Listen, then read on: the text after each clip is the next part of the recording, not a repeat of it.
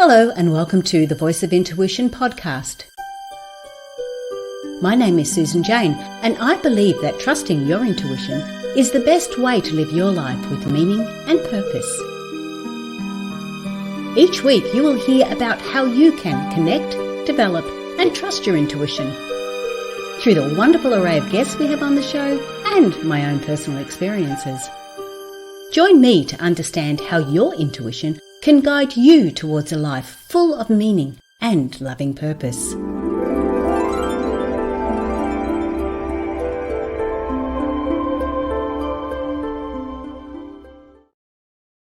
Hello and welcome to the Voice of Intuition podcast. My name is Susan Jane and I'm your host for the podcast.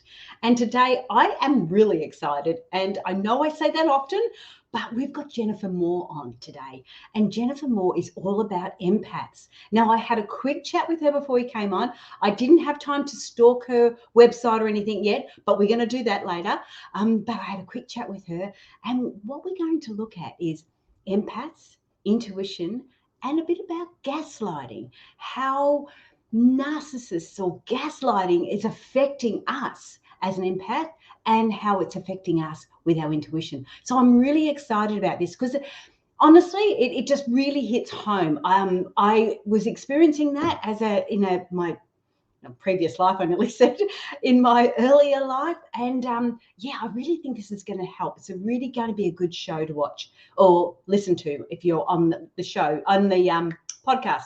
So with all that, blah, blah, blah, share, subscribe, like the show, because we need to get this sort of information out to others that are experiencing situations like gaslighting. We really need to get this out there. So welcome to the show, Jenny Moore. We're going to call you Jen. Yes, we're going to call me Jen. As I was telling you, the only people who call me Jenny are my nephews. Thank you so much for having me, Susan. I am just so excited to be having this conversation with you. This is absolutely a topic that is very dear to my heart. And I think, we need to call out gaslighting in all of the different forms that it manifests in. So glad to be here.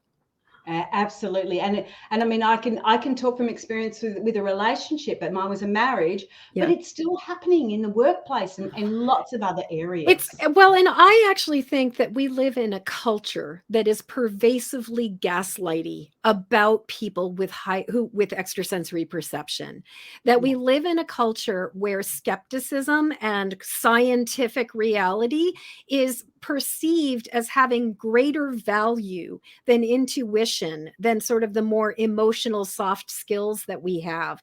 And as I was saying to you before we got on, I've written this book, Empathic Mastery, a 5-step system to go from emotional hot mess to thriving success. And you can see there's stickers on it it's won 3. These are 2 stickers for book awards, but it's won 3 book awards.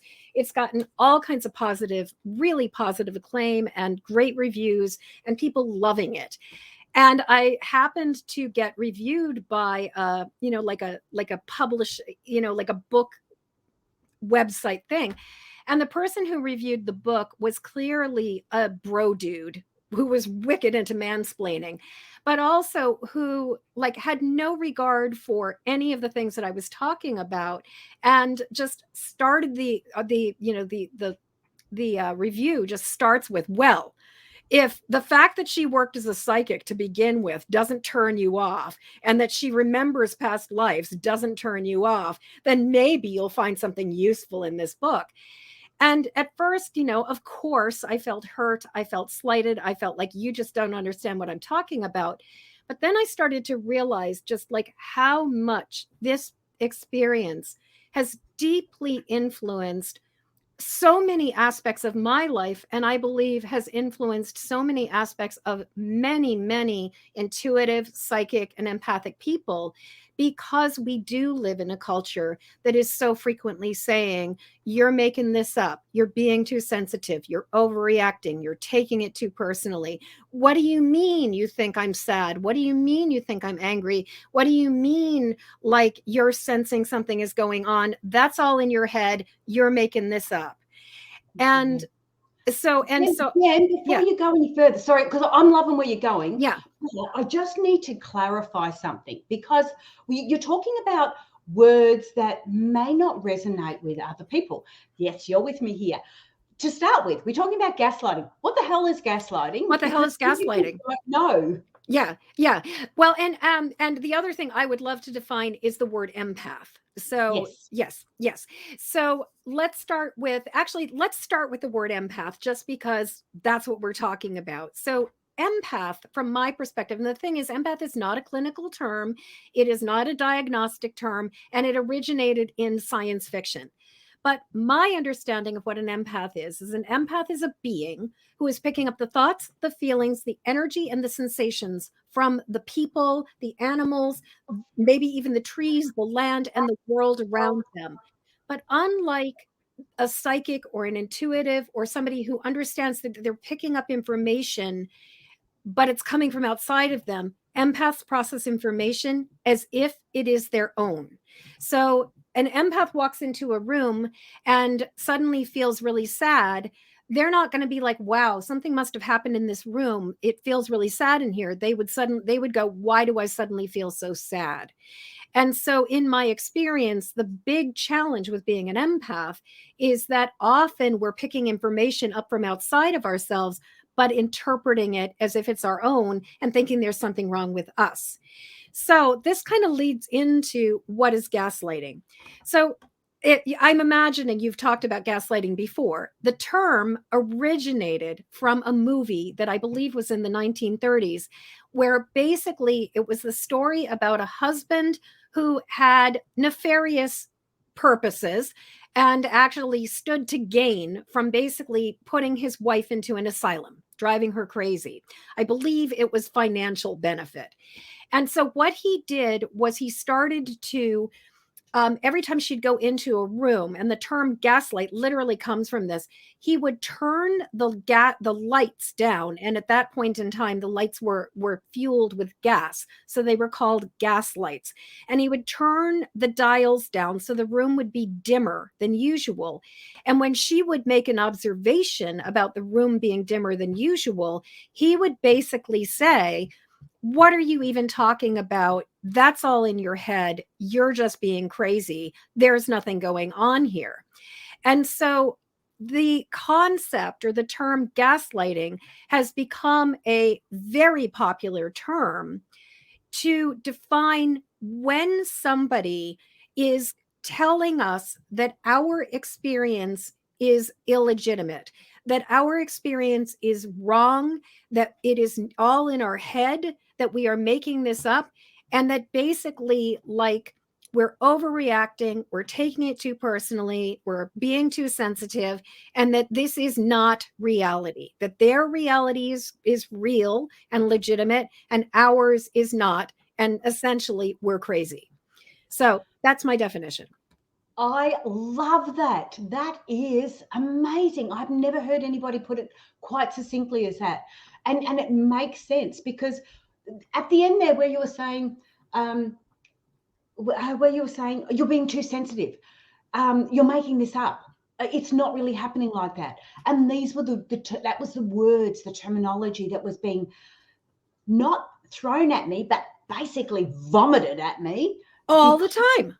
Yeah, and you start to go, holy shit, is this really happening? What is going on? Yeah. Am I going crazy? Am I going crazy? Maybe I'm making too big a deal out of it. Maybe I am overreacting. Maybe I am being too sensitive. What is even happening here? And, a really classic example of gaslighting that so many people experience, and I think especially empaths in relationships with narcissists and abusive people, how many times do people get told, I'm sorry you feel that way about that? Or I'm sorry, I'm sorry that, like sort of like, I'm sorry you're feeling angry. I'm sorry that's so hard for you. Instead of, I'm really sorry that I said something that hurt your feelings. I'm really sorry that my behavior is affecting you. It's like, I'm sorry that you feel that way about my behavior. It's very subtle, but it's a really different thing, because what it's doing is it's turning the ownership onto the victim and onto the person who's feeling something, as opposed to the perpetrator, who is basically behaving like a jerk.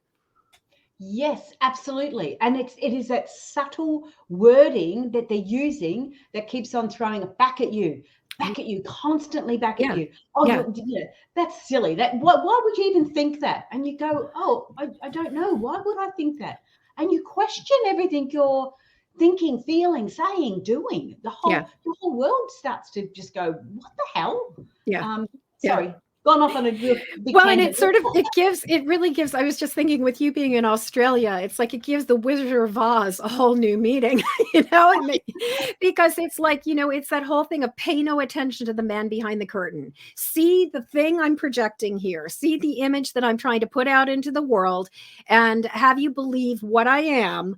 Pay no attention to the man behind the curtain, because we all know that the man behind the curtain is not the great and powerful Oz. He's some con man from Kansas who, is riding around from circuit to circuit trying to get his way, but that is not the great and powerful Oz. And yet, what's so often the narcissist and anytime we have somebody who's sort of abusive and gaslighting, they don't want us to see the truth of their own low self-esteem, of their own despair, of their own challenges, of their own doubts.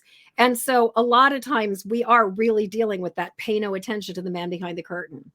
Yes, absolutely. Yeah. Absolutely. Okay, so well, I've gone off on that lovely tangent because I needed to get that clear understanding of Yes. gaslighting. It's so well, and I agree with you. So, like, the thing is, so often, so many problems could be avoided if we just clarified our definitions together before we got into the conversation. So I love that we started with definitions. Yes, I do try to do that. But we just can't assume that everybody knows what we're talking about. When we're in these circles and we're in those spiritual circles, we can talk about all those things and not have a problem. But when somebody doesn't understand what gaslighting is or what an empath is, then there's a lot of difference in it. But I want to go back to empaths because this is I know gaslighting is really important, and I do want to join that up again as we go through it. But I want to get a little bit more understanding of an empath. I want to get the real, I guess, some concrete, not evidence, but some concrete examples, Examples. yes, Yes. of Yes. empath and how we take it on board. So, in my experience, being an empath can show up in different ways. And being an empath for some people, and I find that it is very much on a spectrum. And so, as I was mentioning before, being an empath means that you're picking up the thoughts, the feelings, the energy, and the sensations from the world around you. The challenge with this is because empaths process this information as if it is their own. Sometimes it's on a physical level where they're dealing with a lot of health issues. Maybe they're just feeling stuff like digestive distress all the time. I can't count the number of empathic children I have known over the years who manifest their empathic distress as stomach issues, as digestive distress. But there's, some empaths are going to express things on a behavioral level where they might be really anxious and just running around all the time, feeling the need to clean all the time, maybe, or just completely exhausted and incapable of doing much of anything other than like watching Netflix. Some empaths process everything intensely emotionally, like it's coming through their body. It is, or through their emotional state. And then some empaths are more mental, where they're just thinking all the time. But the thing that makes somebody like an empath as opposed to an intuitive or psychic is that because we process things through our own filters, we are often experiencing this, what I call empathic overwhelm, and not knowing that it's coming from outside of ourselves. So, one of the things that I've found to be fairly consistent about empaths is that many of us don't even know that that's what we are when we first start experiencing our sensitivity. And what happens is we will start to feel out of sorts, emotionally unstable, sometimes physically wonky, fearful, anxious, sad, angry for no apparent reason. We can look at our entire life and we can kind of like run through the laundry list of everything that's going on, and there's nothing that correlates with why we feel so intensely. And often what happens is that a day, 2, 3, couple weeks, maybe even a couple months later, suddenly something will occur that really resonates with or reflects the exact emotions we were feeling. And we're like, oh, that's what I was picking up on. So, in my experience, that's one of the things that almost every single person I know who has struggled with being an empath has dealt with is the unexplainable empathic overwhelm and emotional and mental distress that has no correlation with their own reality. Okay, now let me repeat what you've said in my terminology to see if I'm right. Mm-hmm. So an empath is taking on the feelings, emotions, the energy around the environment or wherever they are. Yes. They're taking it on board, and they're feeling it's theirs. So they're not understanding that it's not necessarily theirs. Exactly. So if Okay. somebody is feeling an emotion, instead of being like, wow, I sense a lot of sadness, what happens is suddenly it's like, why do I suddenly feel so sad? Yeah. If Yeah. somebody is feeling really apathetic and sort of like a sense of hopelessness of like, what's the point? Then suddenly maybe we feel really apathetic. I actually, another empath coach that I know just posted something the other day saying about how being an empath can sometimes actually block your intuition, because she was working with a client who was going through a period where they were feeling really defeated and really like nothing's going to work, just nothing is going to work. And all of a sudden this coach was feeling that feeling and was like just sort of feeling the sense of like nothing is going to work. And what they realized was that their empathic sensitivity had them imagining or processing the sense of futility that their client was feeling, but it was blocking their intuitive ability to support this person because they were kind of in that sort of rut. Fortunately, they have enough experience and enough knowledge about what it means to be an empath that they were able to kind of backpedal and go, wait a second, this is not mine, this is theirs, and how can I help them to move past this feeling? But very much so, the empaths will process emotions, thoughts, physical sensations as if we are feeling them ourselves. Right. Okay. So, and one of the other things you were saying, that was the difference between the psychic, the intuitive, and the empath. Can you just Yes, briefly go over that so people have an understanding of that too? absolutely. Okay, so in my experience, bottom line, psychic, empath, intuitive, or medium are all picking up paranormal, as in larger than or greater than normal, something outside of the normal world. They're picking up the unseen, unspoken, energetic signature, vibration, however you want to think about it, that is coming from around, and they are processing that information. It's like they receive it.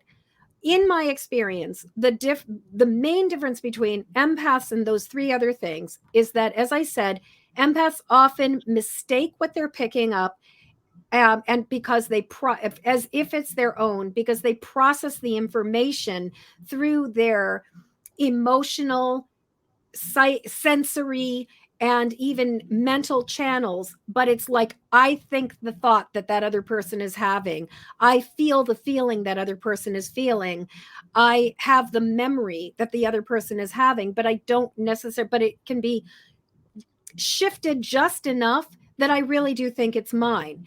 Whereas a psychic, with all of their clairs, is going to receive information and know, oh, all of a sudden I'm having this vision, clairvoyance, but it's not mine. I know I'm picking something up from outside of me. Yes. Now, in my experience, the distinction between intuition and psychic ability is that I personally experience intuition as being very much an embodied sense that tends to live in my heart and my gut, that tends to live sort of like, it tends to sort of be more of a full bodied experience. And it is more of a deep knowing. that exists within me where I just know things that I should not know. But I understand that I know things about the world around me, not necessarily just about myself, or that I'm processing it through me. Whereas in my experience, psychic ability, at least for me, tends to be far more in the mind and in this sort of quality of I'm receiving this sort of like through the crown chakra, through the third eye, and I'm receiving this information that is coming in. And it's often much more fully formed. It's not as embodied as either being an empath is or having intuition. And then the best explanation I've ever heard that distinguishes being a medium from being a psychic is that psychics are picking up information about the living world and are picking up information about sort of the scene, like what exists in our reality. Whereas mediums are picking up information from the deceit, from the other side. And that can be picking up information from people who've crossed over, but also picking up information that is coming in through from other dimensions. And so, some people would say there's a distinction between what is a channel and what is a medium. I'm not necessarily as inclined to separate those two as to say that a medium is picking up information from the spiritual realms and often and able to communicate with very much the unseen. Yeah. And it's all just, they're all there. They're all from the spirit side, as in not from the physical side. But yes, we're getting them at different levels in different ways. Yes, absolutely. Yes. Okay, so I need to know a little bit more about the empath. And I had a question and I can't remember what it was. Oh, whoops, I lost it. So I always do that. I totally get it. I'm glad it's you and not me.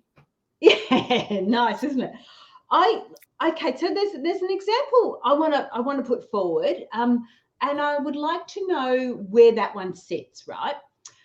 If I was say I'm at work and I'm picking up that my boss isn't happy with something that I've done, or my boss isn't happy with, I'm just picking up that feeling that they're not happy with me. What is that? What does that look like? What would you do with that? Because I would take normally, okay, I'll just explain to you. Normally, I would take that personally and I would get upset because he's not happy with me. What can I do to change it? How can I, what do I have to do to my life to make his life happier? Which I know is wrong. So this is a huge question. This is a really big question because there are a lot of different factors to this. And so one of the things that I think is really important about our approach to this is recognizing whether we are reacting or responding, and whether we are being curious or we are judging. Because we live in a culture that is very quick to react and judge, as opposed to respond and be curious. And the thing is, there could be any number of reasons why you are sensing that your boss has got his panties in a wad. He could have awoken on the wrong side of the bed. He could have had a fight with his wife or his husband or her wife or her husband, or, however you want to define it. But there could have been something that happened before. They could have been stuck in traffic and just felt really cranky. They could be under a great deal of pressure about something. And it just so happens that you happened to give them the report that you were supposed to be working on at the exact moment that they had gotten some kind of thing from their higher up asking for something, and they're all grumbling and pissy. There are so many reasons why you could be picking up on this. Now, the thing is that for many of us who are highly sensitive and empathic, we grew up in families where we needed to be very aware of whether we were pleasing the people who had power or not. And so a lot of times we're sort of hyper vigilant and very sensitive to what other people are thinking and whether they are happy. one of the things that's kind of interesting about empaths is that because of our sensitivity to picking up other people's feelings, and especially when we have not done our own work with our own feelings, we feel better when other people feel better, and we feel worse when other people feel lousy. So we're going to have a part of us that when we're sensing our boss is in a cranky mood, there's going to be a part of us that's like, what can I do? What can I do? How can I fix this? What I would actually suggest is, first off, take a beat, take a pause, just sort of like, instead of jumping to the conclusion that I am the result of this, or that it is my behavior that is causing my boss to be angry, what I find is really important is to just like take a breather. Maybe it literally means like go outside, look up the sky, put your feet on the ground, just stop and pause. And then, just having that moment of breathing, again, still watch, just notice, observe. And then something that I discovered, not with a boss, but with my husband quite a number of years ago, was that a really effective way to ask a question, because when I was younger, I would be very likely to say, are you angry with me? Is something wrong? What's going on? And of course, if somebody's not able to answer that question, or somebody's gaslighting, their answer is no, nothing's wrong. It's all in your head. But what I discovered was really helpful was to say, I'm imagining that there is, or I'm imagining that you are angry with me. Is that true? And the thing is, often what I would find is that by asking a question in that way, I'm imagining that you may be feeling angry with me right now, or I'm feeling afraid, or I'm feeling concerned that I did something that made you upset. Is that true? That gives them the opportunity to clarify what's actually going on. Now, maybe they're going to say, nope, nothing to see here. Pay no attention to the man behind the curtain. Move along, folks. Like I'm good. And then what I would say is, if they say that, take it at face value. If they are being passive aggressive and they're not willing to own their feelings about something, or say, well, actually, yeah, you handed in a subpar report, and I was really frustrated because this is going to require like a lot of reworking or something like that. If they're not willing to own that, if they're not willing to share that piece, it is not my circus and not my monkey if they're not able to articulate what's going on. But what I will say is that in my experience and in my travels, the answers that come back are usually either, oh, I had no idea that my mood was spilling out on you. This has nothing to do with you. I just got a phone call from somebody. I just got a text from somebody. I just got a request about something that's got me I'm all distracted. I'm all worried. I'm all concerned. So they tell you the context, and they put it in context. Or in some cases, they might just really be like, yeah, you're right. I am feeling something right now. Thank you for asking. This is what is going on. But I would say that for me, probably about 95% of the time that I ask a question like that, I get clarification and a reality check that allows me to put it in perspective. And on the rare circumstances where it actually is me, it then gives me an opportunity to make amends and to sort of correct the situation. So how was that for an answer? Oh, that was brilliant. I loved it because I mean, I gave you an example. Like people could be experiencing in any type, way, shape, or form, and you've given us such a good understanding of it. And I'm imagining that you are is perfect. Yeah. It's a great way to come back with something, and it doesn't sound so threatening, like you said. Well, and it's owning your stuff. I'm saying, I'm imagining you're angry right now. I'm sensing, and it's not even I'm sensing you're angry or you seem angry.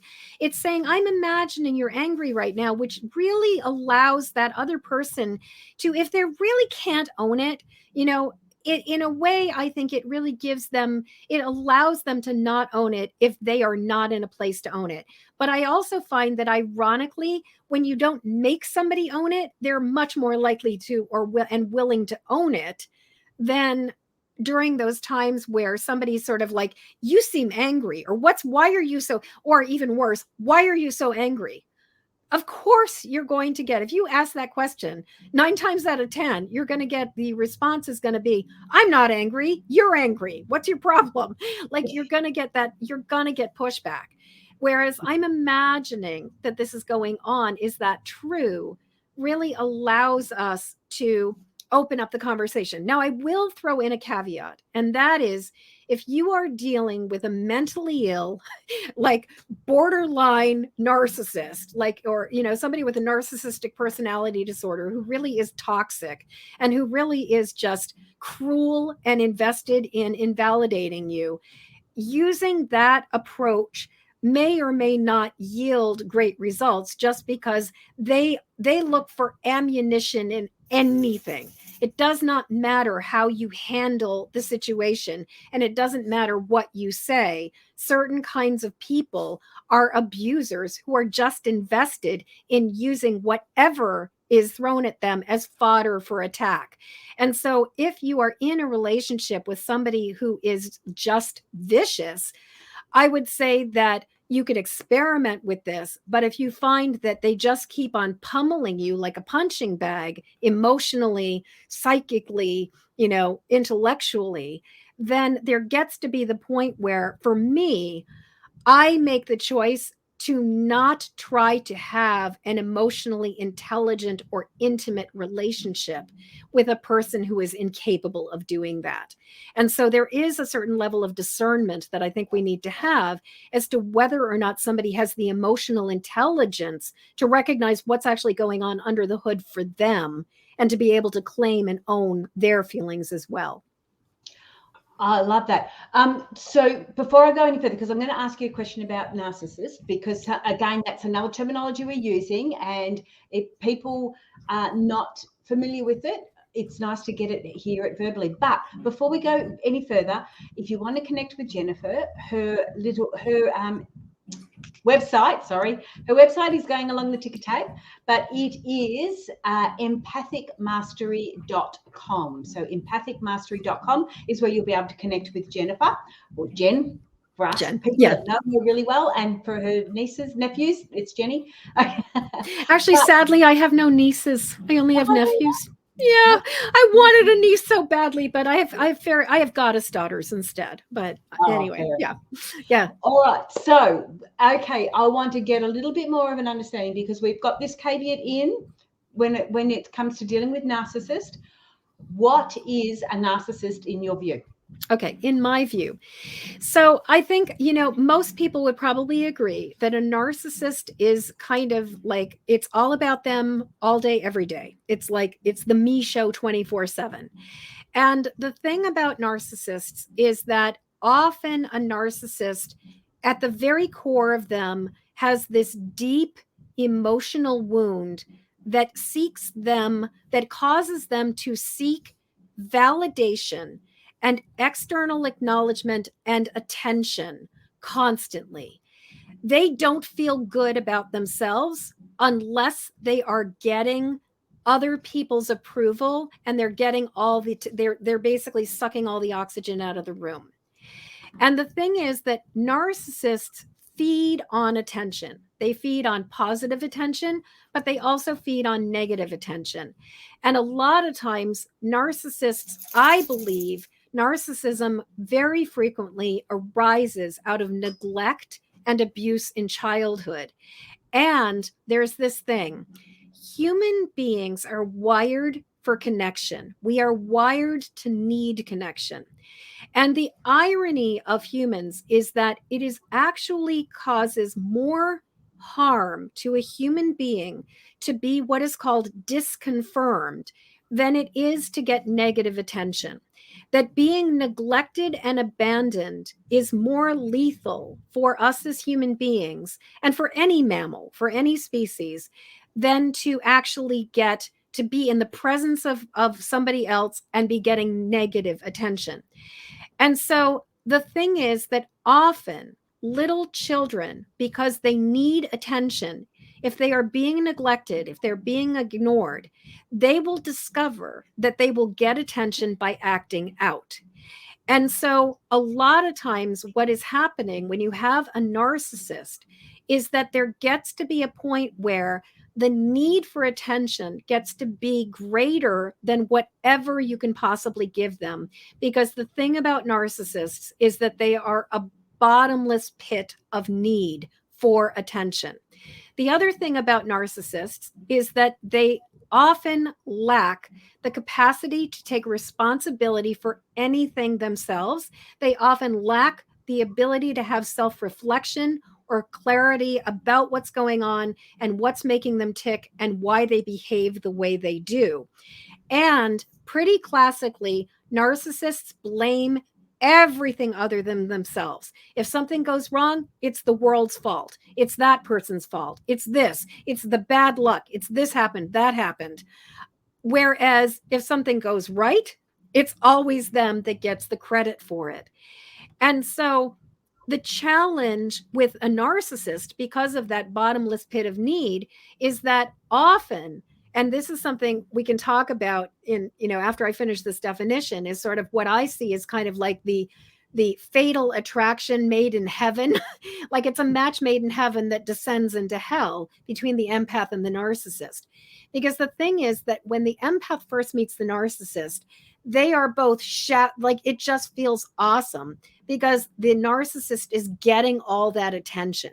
But because it is such a bottomless pit, it is such nothing is ever going to meet all the needs of the narcissist because they want and want and want.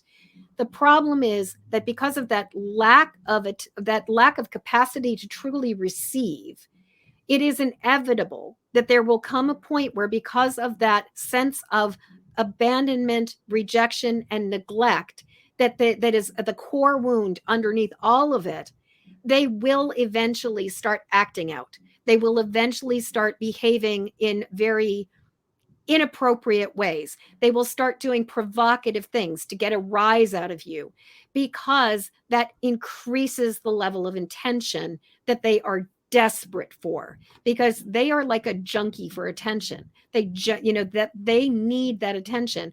And it's almost like any kind of a drug. You start with a certain amount of a drug and you build up a tolerance to it.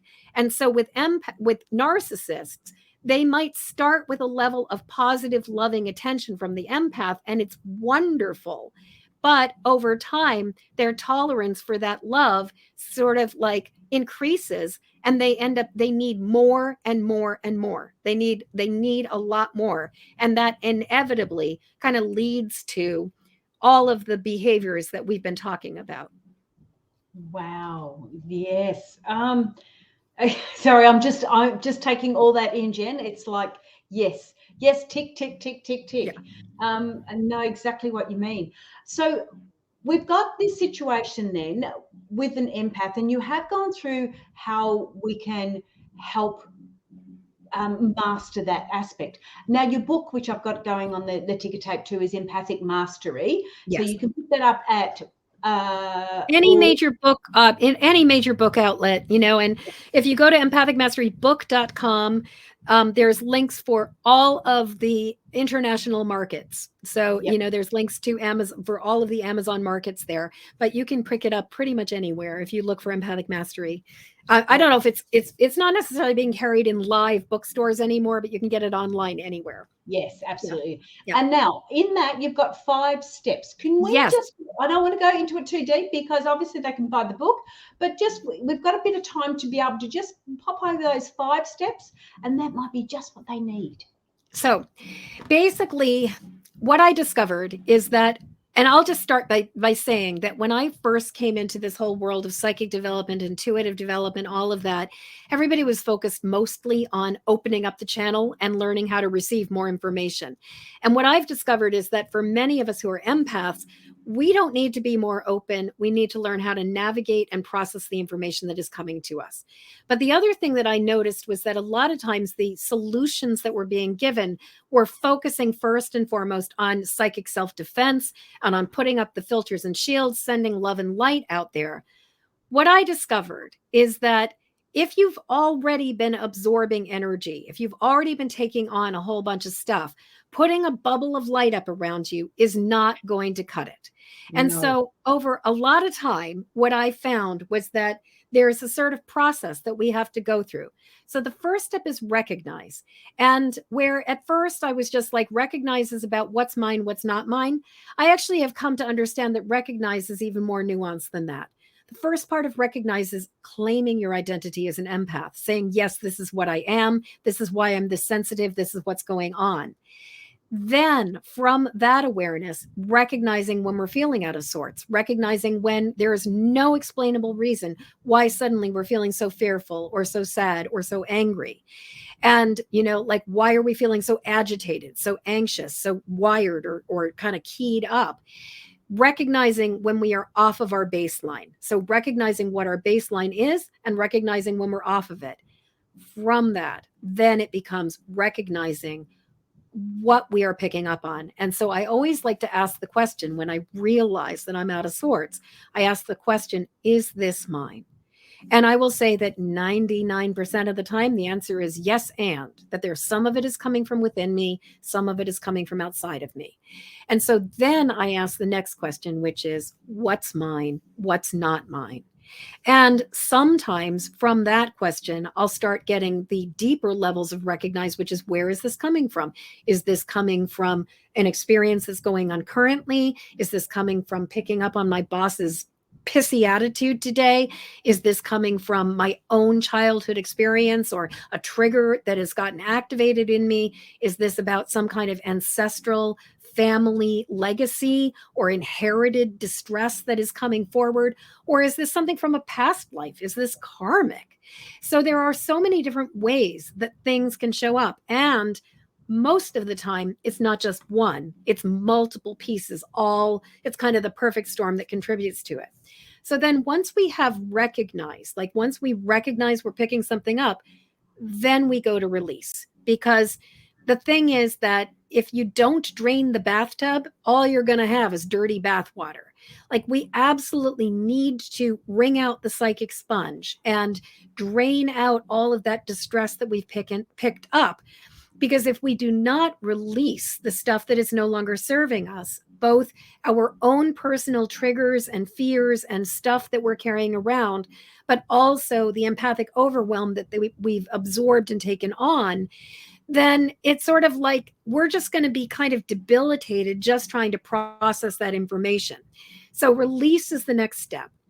Then after release is when protect comes in. And protect is about psychic and energetic and sort of astral hygiene, having a really good, robust filters and shields, a strong aura. But it's also about strategy. It's also about the ability to set boundaries. It's about the ability to recognize what are you willing to do? What's your job? What's in your wheelhouse and what isn't? So two of my favorite things with protect are reminding myself of the saying, not my circus, not my monkeys. And also I live by this. Your poor planning does not constitute my emergency. So like if somebody is writing to me at like 3 o'clock in the morning saying that they need something by 9 o'clock the next day, I'm just like, too bad, so sad. You could have reached out to me a month ago when you knew this was happening. I'm not going to help you because you didn't plan for this. And that has been really helpful. Just your poor planning does not constitute my emergency. The next step is connect, because the universe abhors a vacuum.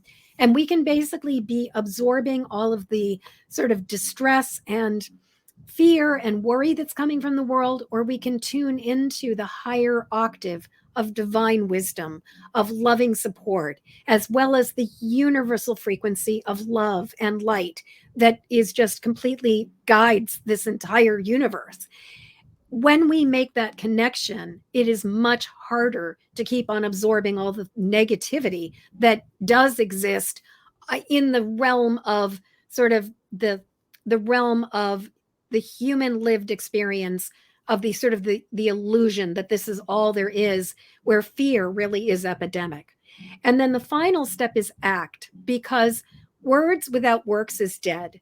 And in order to really sustain empathic mastery and empathic health and be a responsible empath in the world, we need to make choices that reinforce impeccability, ethics, and really knowing how to live with integrity. And that often means not going places that we don't belong, minding our own business. And one of the things that I will say about ACT is just because you can doesn't mean you should. And so when we are baby empaths who are just picking up everything all the time, we may not be able to help that we know things we should not know, like that our boss is having an affair with one of the other people, one of the other employees, again, behind the back of their spouse. Like, we may not be able to help that we know these things. But once we start working towards understanding the nature of our gifts and our abilities, there gets to be a point where we learn to be like, not my monkey, not my circus. I am not, like, I might get a whiff that something is going on, but I do not need to lean into it and probe it and ping it and find out more. And so for me, ACT has a great deal to do with only working with and serving and being psychic and intuitive and sort of using my empathic abilities when I have consent and permission, and not using it when I don't. So that might have been a little longer than you expected, but that really goes into it thoroughly. Yeah. And the I book is love it. I had to book is jump on. 380 pages. So Yeah, there's plenty more to see. Yeah. absolutely. I had to jump on because we are getting low on time. Yeah. But I love that. So that recognize, release, protect, connect, and act. Yeah. And to get all the details and get all the understanding, jump on the website, which is empathicmastery.com, Yes. and you will find the book, the link to the book and everything there. Exactly. That is perfect. Love it. But we are getting short on time. You have got a couple of really quick minutes if you want to. If there's anything else you want to say before we say goodbye. I want to, I mentioned to you that I was really thinking about this thing, and I've really been coming to understand and the correlation between intuition and being, and why as empaths, especially, we doubt our intuition. We doubt the information that is coming in. We so often, and I will say that in my travels, out of the hundreds, if not thousands of empaths I've spoken to, I have met one person who was not told, you're making this up, you're too sensitive, you're overreacting, you're taking it too personally. The problem with this, and the fact that we live in a society that tends to think this woo stuff is still a little weird and kind of unquantifiable and unprovable, many of us, when we start getting this information, when we start developing our intuitive gifts, we'll doubt ourselves. We'll second guess ourselves. We'll go backwards on it. We'll be like, we get an answer immediately, and then we're like, oh, that couldn't possibly be true. Or we really censor ourselves because we are so used to being told that something isn't real.